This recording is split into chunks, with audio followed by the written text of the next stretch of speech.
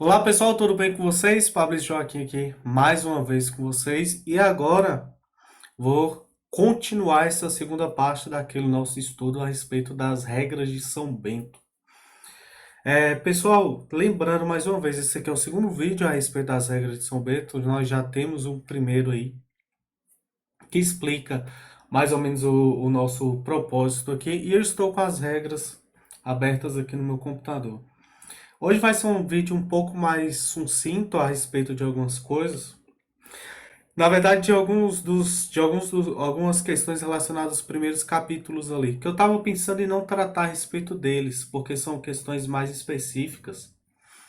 Só que, para não passar em branco, para ninguém dizer que eu não tratei sobre essas partes da regra, eu vou somente fazer algumas considerações bem rápidas. Bem, capítulo um, capítulo 2 e o 3 ali, nós vamos falar um pouquinho deles, de forma bem rápida sobre esses três capítulos aqui. Dando mais ênfase para o último, porque tem algumas coisas que nos interessam, que é consonante entre o protestantismo e a regra de São Bento, a vida monacal, seria isso? A vida monástica. Tem algumas semelhanças ali que vale a pena a gente fazer algumas considerações. Então, no capítulo um vai falar sobre alguns gêneros dos monges. Nesse capítulo vai falar de quatro tipos de monges, cada um com suas características. E alguns desses monges sendo monges mais voltados para a vida monástica mesmo, prestando contas para um abade, estando submisso a ele e tendo aquela vida de forma mais rigorosamente disciplinada.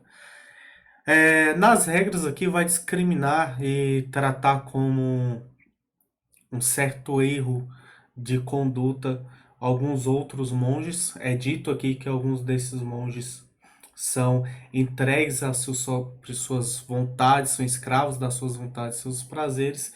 Então são questões que eu não quero entrar aqui em detalhes por agora. No capítulo 2 fala sobre os deveres do abade. São deveres que são muito semelhantes aos deveres que nós atribuímos a um pastor. O de saber ensinar, saber disciplinar, ter misericórdia, saber cuidar dos novos ali na fé, saber repreender.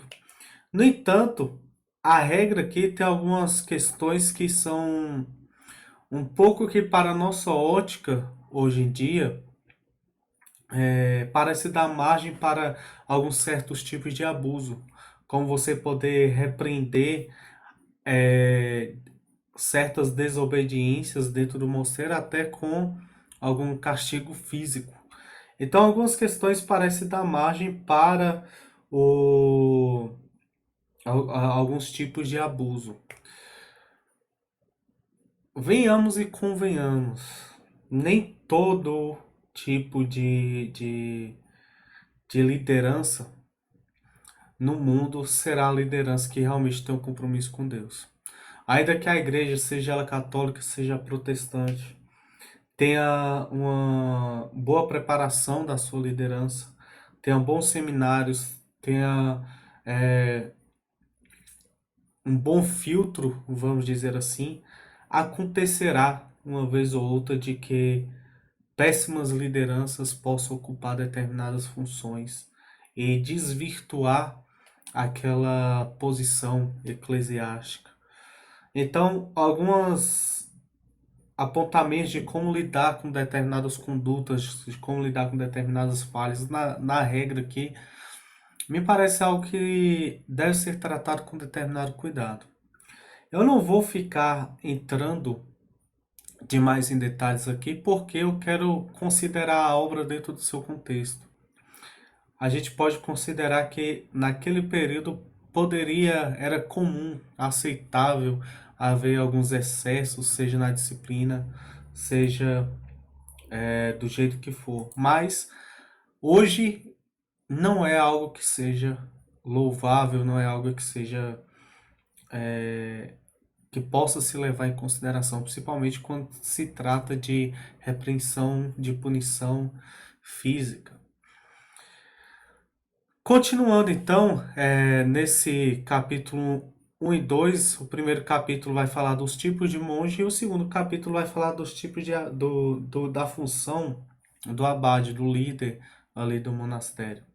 No capítulo 3, então, nós temos algo que é muito interessante, que fala sobre a convocação dos irmãos ao conselho. Essa convocação dos irmãos ao conselho vai convidar todos os membros ali do, do, do monastério para que todos juntos possam conseguir decidir tomar a decisão das questões mais importantes para o monastério. E tem algo que é muito interessante que fala aqui, que se deve nessas reuniões, nesses conselhos, dar ouvido até os mais jovens na fé, até os mais novos ali. Isso se dá porque Deus pode usar esses mais jovens, Deus pode usar os mais novos para iluminar todo o conselho e ajudar eles a tomarem uma decisão. Então, as decisões feitas em grupo, feitas em oração, as decisões sendo debatidas, apresentadas de forma bem espiritual, bem harmônica, é um princípio que nós protestantes, principalmente os batistas, carregam consigo, que é algo que nós já encontramos em comum. No quarto capítulo, então, fala sobre quais são os instrumentos das boas obras.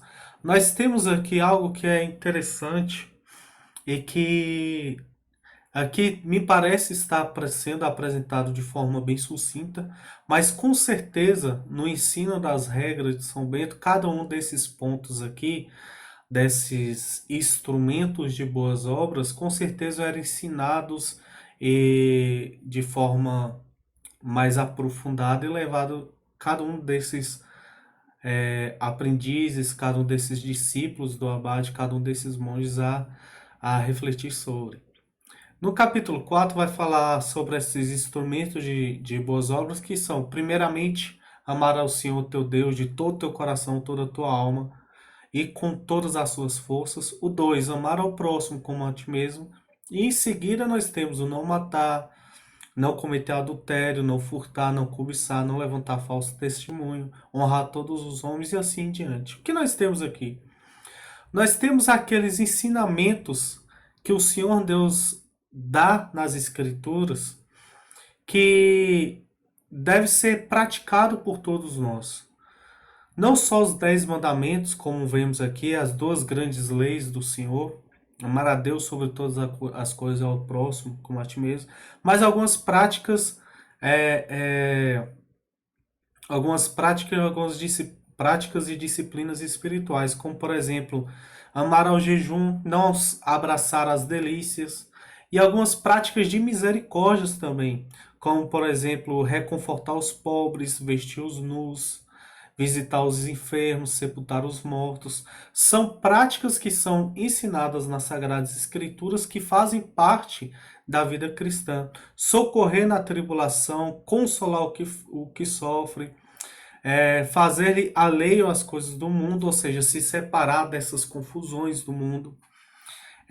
Nada antepor ao amor a Cristo, ou seja, colocar nada em cima do seu relacionamento com Ele, não satisfazer a ira, ou seja, quando se ira, não alimentar aquela ira, não reservar tempo para a cólera, não conservar a falsidade no coração, não conceder paz simulada, não se afastar da caridade. Então são diversos ensinamentos que nós encontramos nas Sagradas Escrituras que são apresentados aqui nas Ordens de São Bento. Ao todo são 75 aqui nessa obra e eu não vou ficar recitando todas para vocês.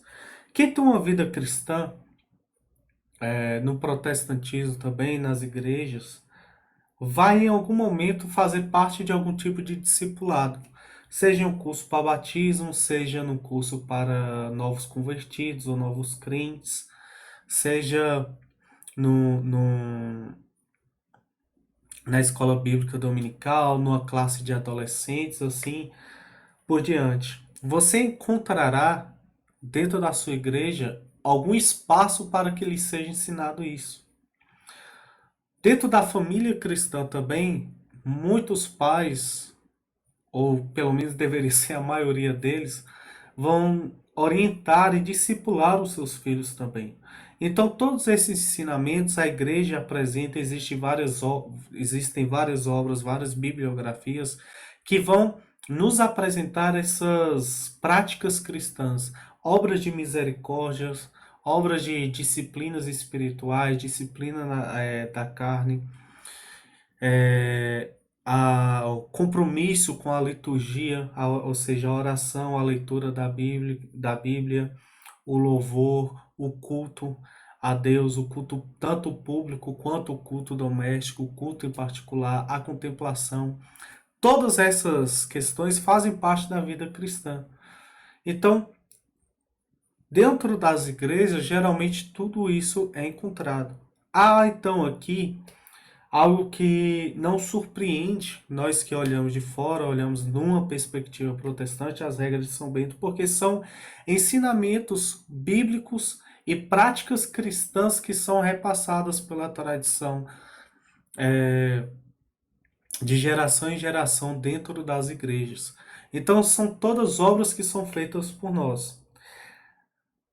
Algo que deve ser feito é que essas obras de misericórdia, essas obras de caridade, essas regras de fé devem ser sempre relembradas e retomadas, refrescadas em nossa mente, para que a gente não abandone essas práticas. Além disso, para que também a gente possa, dentro desses ensinamentos, dentro dessas práticas bíblicas que o Senhor nos ensinou, para que a gente possa o tempo todo estar revisitando isso e ver onde é que nós estamos falhando.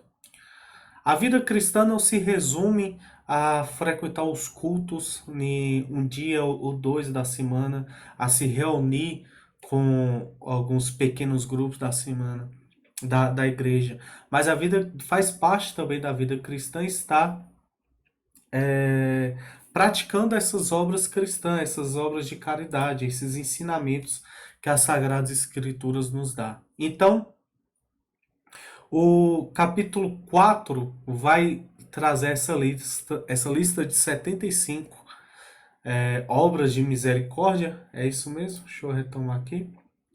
Isso vai trazer esses 75 instrumentos das boas obras, que são instrumentos que devem ser conhecidos e praticados por todos os cristãos, por toda a cristandade, seja qual for o seu papel no corpo de Cristo. Então, não é algo tão diferente, tão desconhecido por nós.